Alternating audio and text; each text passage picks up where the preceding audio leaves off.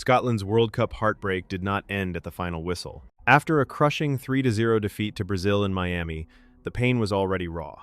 Scotland's dream of reaching the knockout stages was hanging by a thread. Fans were stunned, players looked devastated, and the post-match analysis was expected to be brutal. But nobody expected what happened next.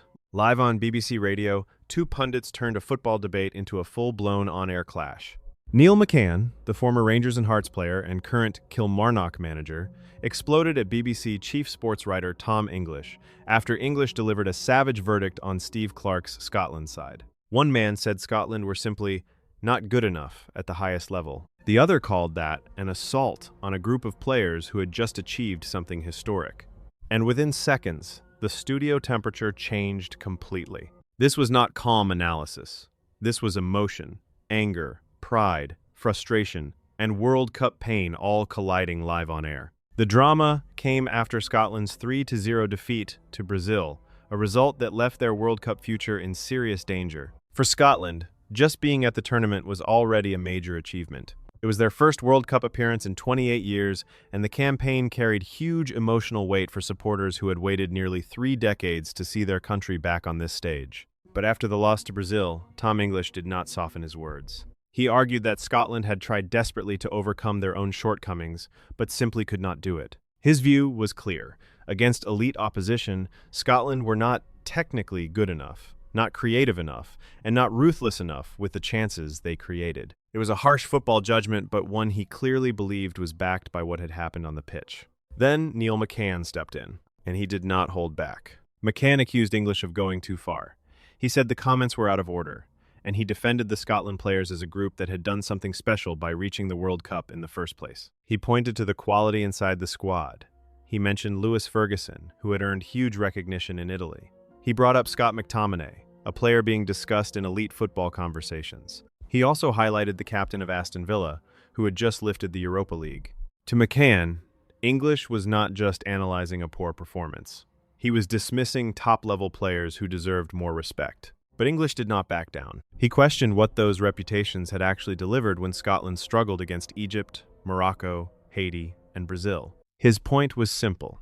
Individual status means little if the team cannot consistently perform at World Cup level.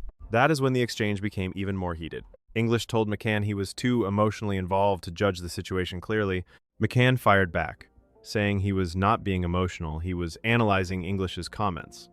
He insisted that calling the players technically short was unfair and disrespectful. English repeated that, in his view, Scotland were not technically good enough against teams like Morocco and Brazil, and that they had struggled badly across the group stage. The debate was no longer just about one defeat. It had become a deeper argument about Scotland's identity at the World Cup. Was this a brave team punching above its weight?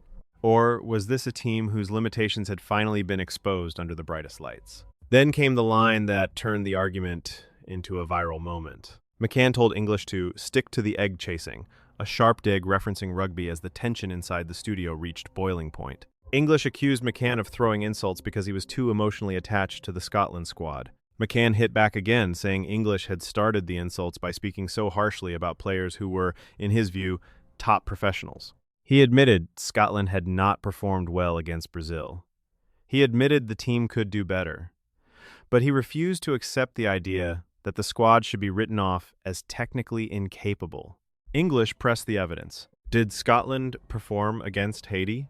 McCann said no, but reminded him they still won. Did they perform in the first half against Morocco?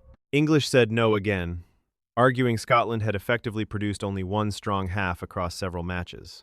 The exchange grew sharper, faster, and more personal. McCann challenged English on the technical quality of Scotland's goals against Denmark, reminding him of Scott McTominay's spectacular strike and asking whether those moments were technically good. English admitted the goals were outstanding, some of the best he had seen. But he separated moments from full performances.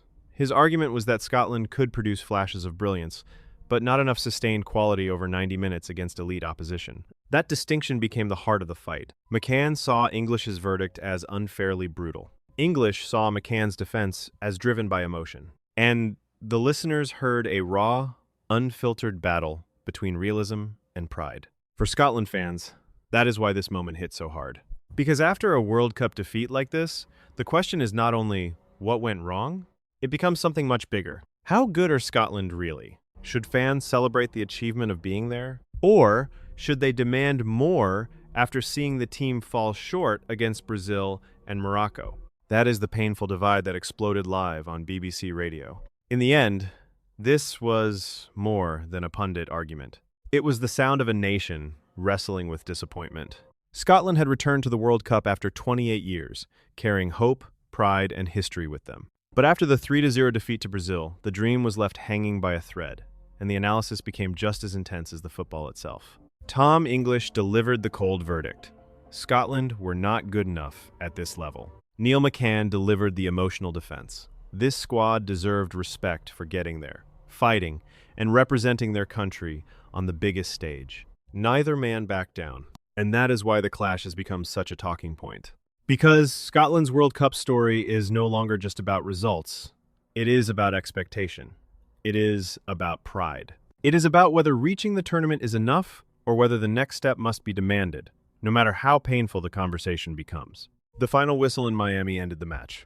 But on BBC Radio, Scotland's World Cup heartbreak was only just beginning.